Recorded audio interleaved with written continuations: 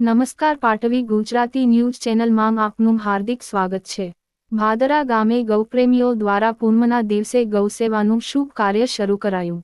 ડીસાના ભાદરા ગામે ગૌપ્રેમીઓ દ્વારા એક સોશિયલ મીડિયાના માધ્યમથી ગૌસેવા સમિતિ નામનું વોટ્સએપ ગ્રુપ બનાવી નિરાધાર ફરતી ગાયો માટે ગૌસેવાનું ઉત્તમ કાર્ય શરૂ કર્યું હતું। આજરોજ પૂનમના દિવસે ગામના યુવા મિત્રો ભેગા મળીને એક ગાડી લીલીચારની નિરાધાર ફરતી ગૌમાતાઓને અર્પણ કરવામાં આવી હતી। આજના સેવાકીય કાર્યમાં રબારી વેલાભાઈ, ભાવેશભાઈ, તળસાભાઈ, પાતાભાઈ, નાનજીભાઈ, ઉત્તમભાઈ સુથાર તેમજ જેઠાભાઈ ઠાકોર અને અન્ય બે મિત્રોએ ઉનાળાની કાળઝાળ ગરમીમાં પોતાના ઘેર આરામ કરવાનું છોડીને આજના દિવસે ગૌમાતાઓની સેવાનો લાભ લીધો હતો। વધુમાં આપણા બનાસકાંઠાના ગૌમાતા બચાવો અભિયાનના ગૌભક્ત શ્રી વસંતભાઈ દેસાઈ પાવડાસણે જણાવ્યું હતું કે અત્યારે કસાઈઓ કરતાં વધારે ગૌમાતાઓ માટે કોઈ મોટામાં મોટો દુશ્મન હોય તો તે પ્લાસ્ટિકનો ગંદો કચરો છે। આજે અસંખ્ય ગૌમાતાઓ પોતાના પેટનો ખાડો પૂરવા માટે પ્લાસ્ટિકયુક્ત ગંદો કચરો ખાઈને મૃત્યુ પામે છે। જો આ ગૌમાતાઓને બચાવવી હશે તો આપણે સૌએ પોતપોતાના ગામમાં ગૌભક્તોએ ભેગા મળીને આવા ગૌસેવાના કાર્યો ચાલુ કરવા પડશે તો જ આપનું અમૂલ્ય ગૌધન બચશે।